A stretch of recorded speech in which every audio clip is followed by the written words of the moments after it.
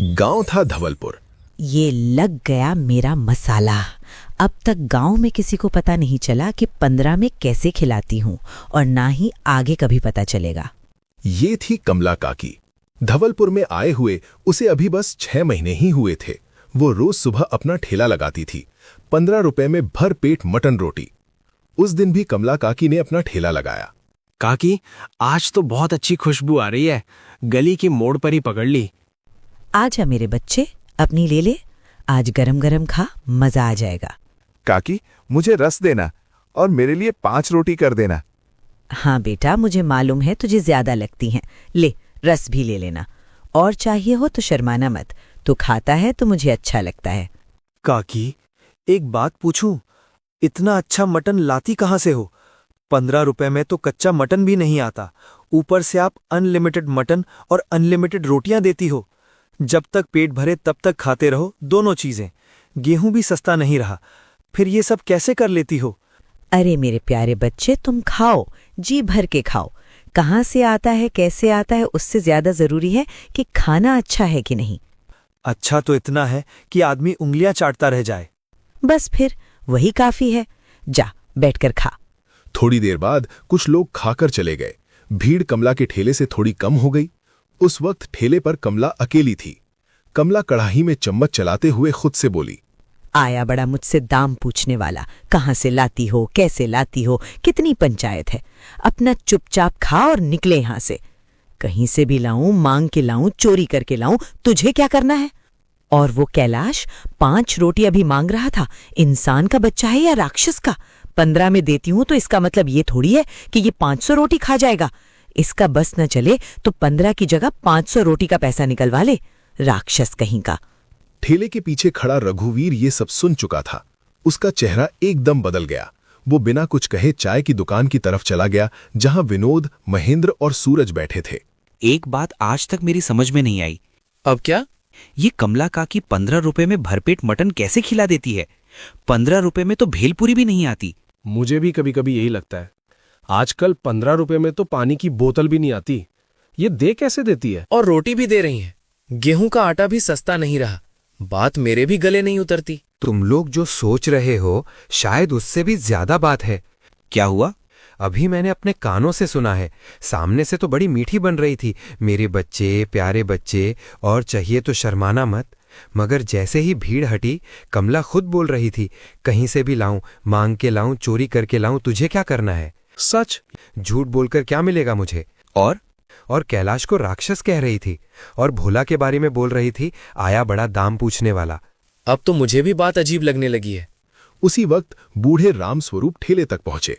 कमला, आज पैसे शाम को दूंगा, अभी जेब हल्की है।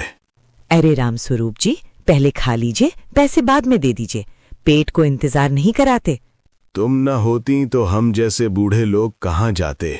बैठिए, गरम गरम खा लीजिए। रामस्वरूप कटोरा लेकर बैठ गए। चाय की दुकान पर फिर सन्नाटा छा गया। यही बात समझ नहीं आती। सामने देखो तो लगे इससे अच्छी औरत कोई नहीं, पीछे सुनो तो लगे कुछ गड़बड़ है। और जब आदमी खुद अपने मुंह से चोरी का नाम ले तब शक और गहरा हो जाता है। अब मुझे तो पक्का लग रहा है कमला जैसी दिखती है वैसी है नहीं। धवलपुर में उस दिन सिर्फ एक सवाल नहीं था कि कमला काकी 15 रुपए में मटन कैसे खिला देती है। अब एक और सवाल पैदा हो चुका था, क्या कमला काकी सच में वैसी थी जैसी दिखती थी, या उसने बस मिठास का एक चेहरा पहन रखा था? उस दिन शाम तक कमला काकी का सारा खाना खत्म हो चुका था। कुछ भी नहीं बचा था। कमला अपना ठेला उठाकर अपने घर तक पहुंच गई थी। उसी समय उसके घर के सामने से मजदूर राजू निकल रहा था। उसने कमला को देखा और तुरंत उसकी तरफ बढ़ा। कमला काकी, मैं आपके ठेले पर ही जा रहा था। अरे बेटा, मुझसे थोड़ा देर हो गई, ठेला उठाकर आ गई, सब खत्म हो गया। अरे काकी, इस महीने की तनख्वाह बहुत जल्दी खत्म हो गई। अगली तनख्वाह आने में अभी पूरे 2 दिन बचे हैं। कोई बात नहीं बेटा। मगर काकी, आपके पास खाने को भी कुछ नहीं बचा होगा। घर में थोड़ा बहुत पड़ा है, देती हूँ। काकी, अगर हो सके तो सुबह शाम तक का भी दे देना, 2 दिन निकल जाएंगे। अरे मेरे बच्चे, चिंता मत कर, जितना होगा दे दूंगी, तू भूखा नहीं रहेगा। कमला ने दरवाजा खोला, अंदर गई और थोड़ी देर बाद एक बर्तन में खाना और साथ में रोटियां लेकर बाहर आई। ये ले, अभी के लिए भी है और सुबह तक के लिए भी काम आ जाएगा, संभाल कर ले जाना। वाह काकी, तुम तो सच में बहुत अच्छी हो, इतना सब दे दिया। अरे मेरे बच्चे, ये तो कुछ भी नहीं, जा आराम से खा लेना। राजू खाना लेकर चला गया। जल्दी में वो अपना भावड़ा वहीं दरवाजे के पास भूल गया। कमला ने दरवाजा बंद कर लिया। थोड़ी दूर जाकर राजू को याद आया। अरे फावड़ा तो वहीं रह गया। वो वापस मुड़ा। घर के पास पहुंचा तो अंदर से कमला की आवाज सुनाई दी। कमरा बंद था। कमला जैसे किसी से बात कर रही थी। राजू दरवाजे के पास ही रुक गया। आप सही कहते थे कि ऐसे लोगों को मैंने सिर पर चढ़ा रखा है। भूखे लोग उठ के मेरी छाती पे मुंह उठाकर चले आते हैं, मांगते हुए भी शर्म नहीं आती। 15 रुपए में भी जान ले लेंगे, उसमें से भी 10 रोटियां खाएंगे। इतना खाता है कि पूछो ही मत। मना करूं तो अच्छा भी नहीं लगता। यही दिक्कत है, मैं भी हर बार पिघल जाती हूं। मैं समझ गई, मैं आपका दिया 15 रुपए वाला मकसद आज तक नहीं भूली हूं। इस चीज को मैं हमेशा ध्यान में रखती हूं। मुझे मालूम है कि इनको 15 रुपए में कैसे खिलाकर मुट्ठी में रखना है। आपका 15 रुपए वाला मकसद मेरे दिमाग में भी है और मेरी नस नस में भरा हुआ है। मैं उसे कभी नहीं भूलूंगी। राजू की आंखें फैल गई। उसकी नजर अपने भावड़े पर पड़ी जो दरवाजे के पास रखा था। उसने बिना आवाज किए भावड़ा उठाया और चुपचाप वहां से लौट गया। अगली सुबह चाय की दुकान पर राजू की आवाज भारी थी। मैं रात को अपना फावड़ा लेने गया था। फिर अंदर से कमला काकी की आवाज आ रही थी। वो किसी से बात कर रही थी। किससे? पता नहीं, मगर साफ किसी को जवाब दे रही थी और मेरे बारे में बोल रही थी। कह रही थी, ऐसे लोगों को मैंने सिर पर चढ़ा रखा है। 15 रुपए में भी जान ले लेंगे, 10 रोटियां खाएंगे। मैंने कहा था ना, वो अकेले में अलग ही है। और एक बात और बोली, किसी 15 रुपए वाले मकसद की बात कर रही थी। कह रही थी, मैं आपका दिया 15 रुपए वाला मकसद नहीं भूली हूं। मुझे मालूम है कि इनको 15 रुपए में कैसे खिलाकर मुट्ठी में रखना है। मैं तभी सोचूं, 15 रुपए में तो कच्चा मटन नहीं आता, पका हुआ तो बहुत दूर की बात है। और कच्चा मटन तो छोड़, वो भी अनलिमिटेड। जितनी बार बैठो उतनी बार खाओ, भले 5 बार खाओ, 10 बार खाओ। यानी इतना मटन तो 200-300 रुपए का आता है, जितना ही अनलिमिटेड देती है, जिसमें रोटियां, वो भी घी लगी हुई। अब तो मुझे पक्का लग रहा है इस 15 रुपए के पीछे कोई सीधी बात नहीं है। मगर कुछ भी कहो, कल ये बात जब मैंने सुनी तो उसके बाद मैंने उसका दिया हुआ खाना नहीं खाया, पड़ा रहने दिया। रात को सिर्फ पानी पीकर ही सो गया। पता नहीं किस जानवर का मटन लाती है। अब बात बहुत आगे निकल चुकी है। अब धवलपुर में लोग सिर्फ इतना नहीं पूछ रहे थे कि कमला काकी 15 रुपए में भरपेट मटन कैसे खिला देती है। अब उनके मन में डर भी घर कर चुका था। अगर 15 रुपए में इतना सब मिल रहा था तो उसके पीछे आखिर चल क्या रहा था। अगली शाम ठेला वैसे ही लगा था। भीड़ पहले जैसी थी। कमला सामने से पहले जैसी मीठी थी। आओ मेरे बच्चों, आज गरम गरम है। हाँ बेटा, तेरे लिए रस ज्यादा। तो बैठ, मैं रोटी अभी उतारती हूँ। अरे शर्माना मत, जितना पेट भरे उतना खा। काकी, आज तो सच में बहुत अच्छा बना है।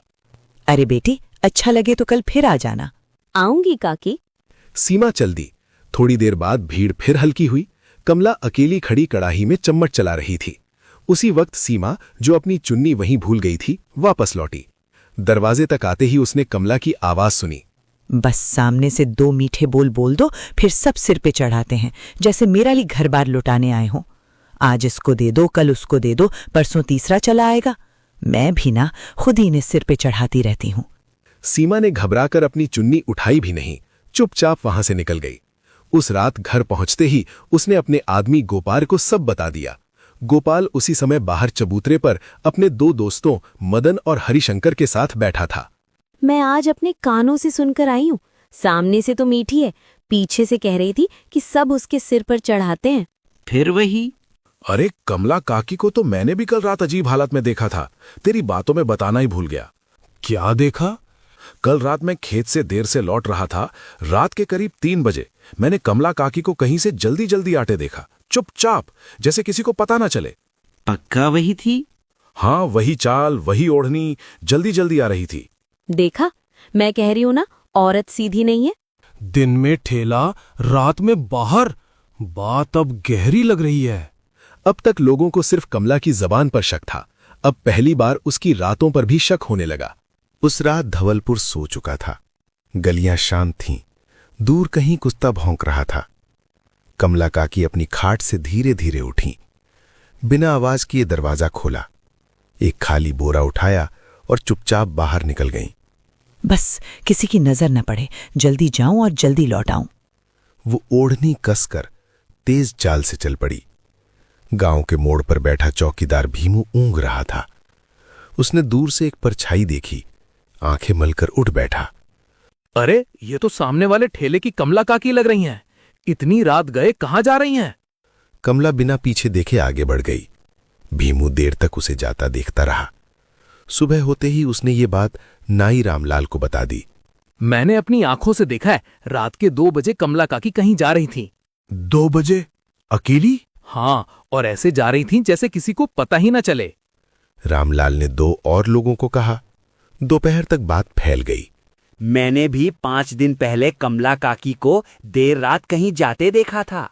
बहुत अजीब औरत है। लोग कहते हैं सामने अच्छी है, पीछे से बदतमीज, और अब रात को भी कहीं जाती है।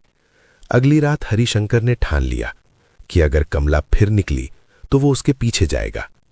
रात गहरी हुई, कमला फिर निकली। इस बार हरिशंकर दूर दूर से उसके पीछे चलता रहा। गांव से बाहर सूखे कुएं के पास एक बूढ़ा आदमी खड़ा था। उसके पास एक बोरा रखा था। किसी को पता तो नहीं चला? नहीं पता चला। मैं किसी को पता चलने ही नहीं दूंगी। ये लो तुम्हारा सामान। सामान सही से है ना इसके अंदर? हाँ हाँ, जो तुमने बोला था वही है। ठीक है, जल्दी चलती हैं। हरिशंकर पत्थर की तरह खड़ा रह गया। सुबह उसने चौपाल पर आकर सब बता दिया। अब तो मैंने अपनी आंखों से देख लिया। रात में गांव के बाहर किसी बूढ़े आदमी से बोरा लेकर आई है, और दोनों क्या बोल रहे थे? किसी को पता तो नहीं चला, मैं किसी को पता चलने ही नहीं दूंगी। अब भी कोई कहेगा कि सब ठीक है? नहीं, अब तो बात बहुत साफ है।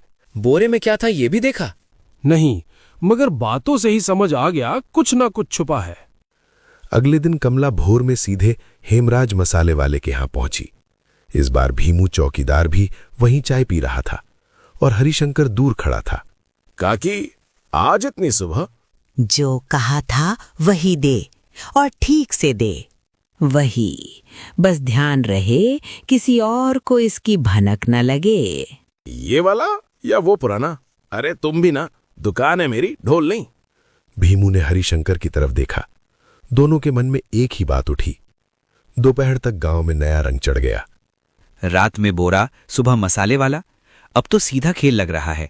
और हम इतने दिन से बस स्वाद खा रहे थे। या फिर हम हर बात का बुरा मतलब निकाल रहे हैं? अभी भी? उसी दिन भी ठेले पर भीड़ थी।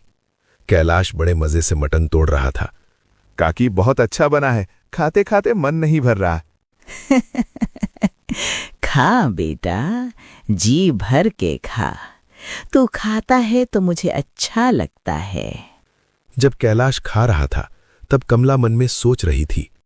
खा खा बेटा, खा के एक बार आदत तो लगा ले, फिर बताऊंगी। उसी दोपहर नंदराम कसाई सरपंच जी के पास पहुंचा। सरपंच जी, अब मैं चुप नहीं बैठूंगा। फिर मटन कम निकला है। पक्का? हाँ, 2 बार नहीं, अब 3 बार हो चुका है। मेरे यहाँ भी मसाले का हिसाब नहीं मिल रहा। बस अब और क्या चाहिए? मटन कम, मसाले कम, रात की बोरी, गुप्त बातें, मकसद सब उसी तरफ जा रहा है। मगर हाथ में पकड़ा अभी भी नहीं गया। अब हाथ में पकड़ने का इंतजार करेंगे, तब तक क्या होगा? अब मैं भी मानता हूँ कि बात सीधी नहीं है। सीमा और शांता फिर एक साथ बैठी थी। पहले लगा था बस जुबान खराब है, अब लगता है काम भी खराब है। मुझे तो अब उसके हाथ का खाना भी डराने लगा है। राजू ने भी तो नहीं खाया था। हाँ, और अब मुझे समझ आ रहा है क्यों नहीं खाया। सावित्री फिर आकर बैठी। फिर कहती हूँ, भरतपुर वाली बात छोटी नहीं है। सावित्री आके बैठी। क्या सावित्री कमला का काला राज खोल देगी? आइए जानते हैं पार्ट 2 में।